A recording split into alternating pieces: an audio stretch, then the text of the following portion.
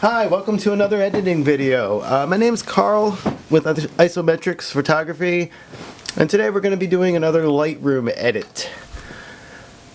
This is my Thanksgiving goose. Happy Thanksgiving. I didn't expect to be making this video, but I have a little bit of energy in me. And I have a goose because I don't have any recent photos of any turkeys because they're kind of fast. They're kind of hard to get to stay put. I do have some in the past, but I'm not going back to 2015 to dig up photos. I feel this is good enough. What a lovely, lovely specimen we have here. I think this was taken at a park. I haven't done a lot of the edits for that yet because I'm still behind. I'm picking and choosing what I want to work with. Anyway, we're gonna go with the regular Photoshop Lightroom. I'm not gonna use the classic this time. Sometimes the classic still gives me some issues, but I know how to use both. So let's use this one this time. Let's try something different. So I had the pleasure of going over my brother-in-law's house today, and he was so kind, and if he does see this, thank you, to let me use some pictures of his wonderful fireplace. It's very beautiful. So I do have these photos of fire, which are really cool photos. I like taking pictures of fire. I'm not a fire bug, but I like fireplaces. I find them the beauty and the randomness and the patterns and the shapes and the flames to be very interesting for me as a subject. Now, let's get going. I already had the sliders up. My apologies, but you pull the sliders up over here if you've never done this before. And I'm not going to go ahead and do the whole image. What I'm going to do is I'm going to go to the paint option. Okay, you see brush right there. And I'm going to set the size of the brush over here. See how it gets bigger and smaller? Magic. Let's see, because I know I have to select this portion, and I'm not going to go back and select individual brush size, so I just want to cover something. So that's almost the right size for me. Let's go a little smaller, and let's go ahead. And now what I'm going to do, I'm going to left click, and I'm going to hold that down,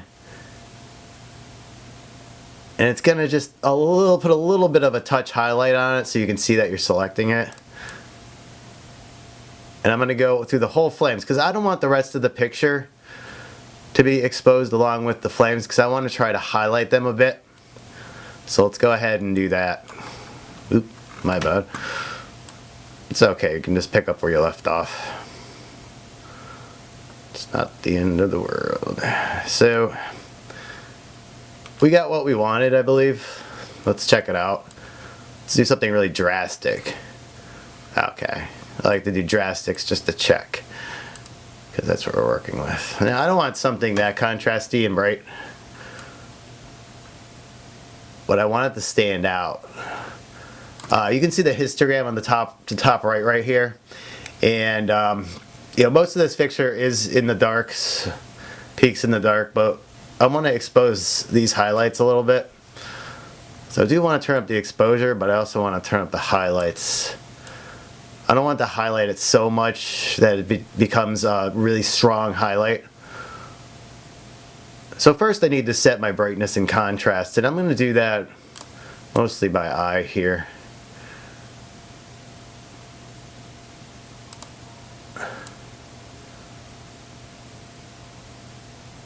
Okay, that looks like the amount of detail that I want.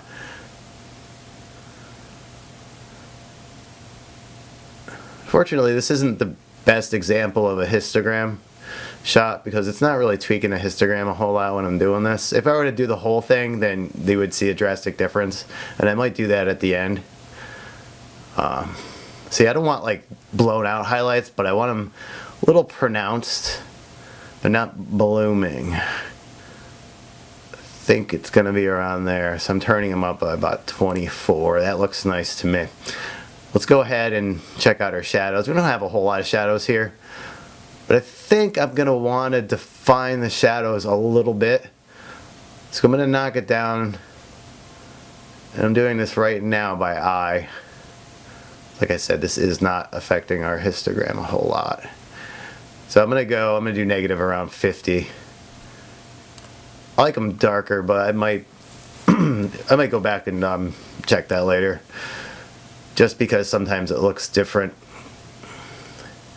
in a different program. But I think that's pretty good for us. Excuse me. Let's keep the whites the same. I don't want them blooming anywhere. And the blacks, I want to make them a little deeper because I want to make the flame a little more dramatic than what it is. So I'm going to go over maybe about 10 or 11. Texture, clarity, we can up our clarity a little bit, maybe about by 20, just to get a bit more crisp focus, since I am focusing on the detail in the flames. Not going to work with any of that. Alright, pretty happy with what it is. And you can also spot heal from this too, this program, so there's a little band-aid. And this is cool because I wanted to show this off, but I'm not sure I'm going to have time in this video. Let me check real quick if I do have time.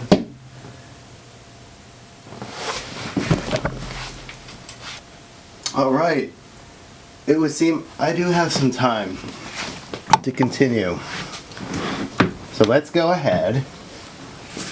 What we're going to do, we're going to do a little healing. Yes, my favorite healing tool inside of Lightroom. So let's do that. So we're going to go to the, well actually, we're going to choose our location first. Now you can, when you have your magnifying glass up, which is one of the defaults, or the hand, you can left click on your spot. So we'll do that first to get to this pesky spot right there that I do not want in my image. So anyway, we're gonna go to our band-aid icon right over here, and we can select our size just like our other brushes. I'm gonna make it kind of small. I don't really need to. It's not that hard right here because we have such a black background, a very dark background. It's actually not black, I would call it reddish brown in most places, but that doesn't matter. We're just trying to get rid of it and make it look nice. So what it's going to do, it's going to heal there, but it's telling you it's taking a sample from there, which auto select is, unless you're doing really fine detailing, it's usually okay, especially for this work. And I'm going to keep my opacity relativity, excuse me, high. And we're not going to play with our feather. So let's go ahead, let's go back to our fill to zoom out, and let's click on the band-aid again to get off of that so we can select another spot. Now I'm using the hand, and let's do it the other way. Well, let's zoom in with the hand once, get it in the middle, hit Control plus, which is the zoom again, use the hand to reposition it. I believe that's how you can zoom in, which I am correct upon. And let's go ahead and heal this spot. Now this spot's a little more challenging. I'm going to have to make our brush size relatively small because I don't want to disturb the curve of that flame right there. So let's go ahead, hit it, and let's not do what we just did. I just drag healed. It looks like it works, but I really don't want to mess with that. So I'm just going to go ahead to go edit, undo the spot removal, and we'll try that again. Okay, so let's just make sure, see how that's moving a little bit? I just want to make sure it's matching up the sample. It doesn't take the full sample, it takes an intelligent sample within this area. Let's make sure nothing stands out and we're looking good. Let's just take that, hit our escape key to get off of that, and take another look at it without everything in there, and it looks fine. So I'm going to go ahead and hit the fill so we get out again.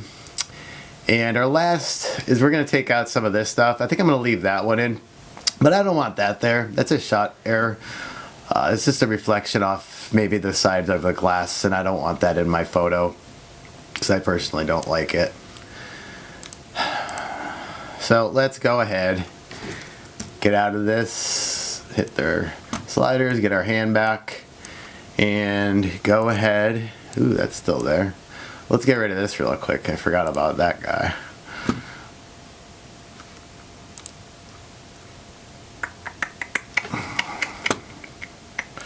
Hit our fit or fill to get out. I like fit better actually.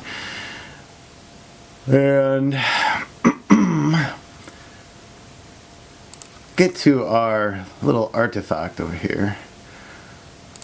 There we go. That's a good zoom for that. And we'll just hit our band-aid again. This is a bigger heel, so we're up our size to an appropriate size. And this isn't the hardest edit I've ever done. This is very simple actually, and it's good for a holiday. Let's do it at about 60 something. Yeah, that's fine. Let's grab that there, and it's taking from there, and I don't want to continue. I just want to take from the dark sections, so I want to get rid of that. I don't want to. Ooh. All right, something got weird there. Anyway, okay, so we'll just keep on doing that. I want it to be a shadow. We got all sorts of stuff going on here, don't we? As long as it's going, I'm happy. But yeah, I mean, I could have used a bigger one, no problem here. If you move off, it deselects everything. So I still have this right here. So I'm going to try to grab it with that. Yes, I almost did it. I didn't quite get it. I don't know if anybody will be able to see that, but you know what? I'm going to delete this one. You can always right click and hit delete. Select delete. I'm going to delete this one. And we're going to do that a little bit differently and hope for the best. Okay.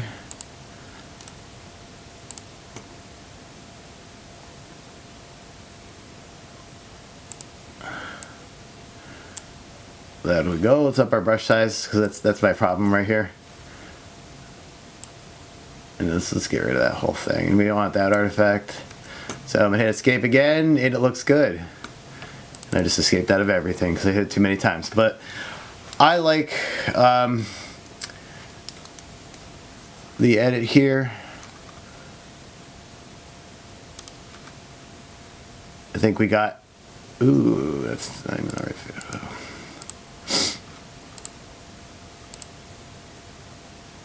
I think we got just about everything in this photo we set out to get.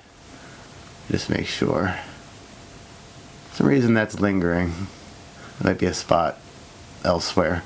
But anyway, let's not worry about that. Let's just finish this up. So, yeah, it was great hanging out with you tonight. Happy Thanksgiving yet again. And I do need to get working on that PowerPoint. And I'll start the drawings very soon. Thank you so much. Enjoy the remainder of your holiday. And hope to see you soon. Thanks.